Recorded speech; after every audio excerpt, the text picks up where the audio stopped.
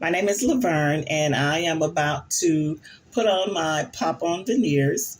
And I've actually been wearing them for a week now, and only one person has noticed, and that was my boss. And that's only because she and I were talking about them. So these are my teeth before. They're pretty straight. This is my natural color. My problem is on the sides. I have this gap here and here. And I'm really self-confident when it comes to smiling.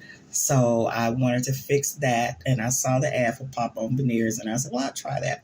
So I'm going to pop them in. Here we go. Before. And I'm putting on my top ones. Snap it in.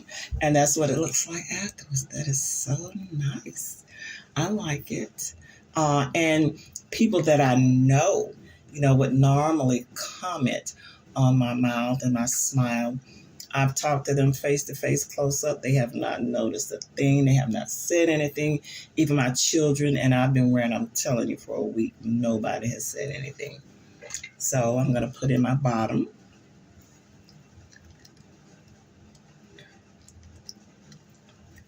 Pop it in. And this is my smile afterwards. Thank you, pop-on veneers. I highly, highly recommend them.